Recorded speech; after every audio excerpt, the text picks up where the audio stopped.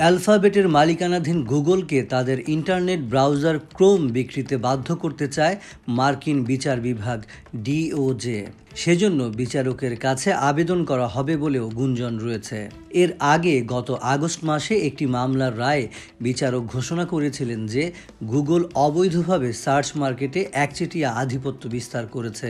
একই সাথে গুগলের কৃত্রিম বুদ্ধিমত্তা, এআই ও অ্যান্ড্রয়েড স্মার্টফোন অপারেটিং সিস্টেম নিয়ে পদক্ষেপ নিতেও আদালতের কাছে আবেদন জানাবে বলে রিপোর্টে উল্লেখ করা হয়েছে।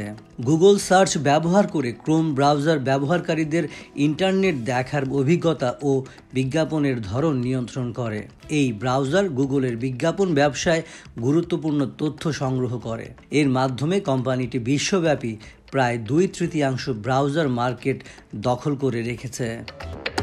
ক্রোমের বিষয়টি নিয়ে দেশটির বিচার বিভাগ কোনো মন্তব্য করতে অস্বীকার করেছে।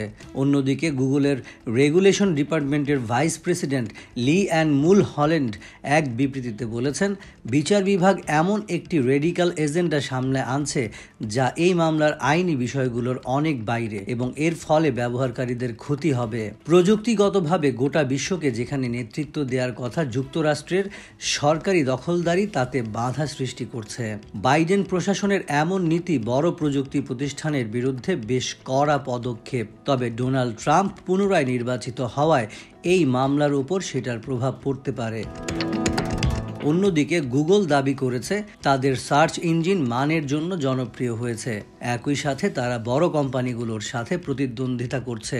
ব্লুমবার্গের রিপোর্ট অনুযায়ী প্রতিযোগিতা বাড়াতে যদি অন্য কোনো সমাধান পাওয়া যায় তাহলে পরবর্তীকালে মার্কিন সরকার বিবেচনা করবে ক্রোম ব্রাউজার বিক্রি জরুরি কি না। তদন্ত অনুযায়ী গুগল বিভিন্ন স্মার্টফোন নির্মাতা কোম্পানির সাথে যে গোপন চুক্তি করেছে তাতে ব্রাউজার, আইফোন ও অন্য ডিভাইসগুলিতে গুগলের সার্চ ইঞ্জিন ডিফল্ট অপশন হিসেবে রয়েছে। এর ফলে ব্যবহারকারীর সমস্ত তথ্যের নাগাল পেয়ে গুগল তার সার্চ ইঞ্জিনকে সারা বিশ্বে একচেটিয়া প্ল্যাটফর্ম হিসেবে তৈরি করতে সক্ষম হয়েছে। আগস্টের ওই রায় অনুযায়ী 2020 সালে ইউএস অনলাইন সার্চ বাজারের 90% গুগলের দখলে ছিল।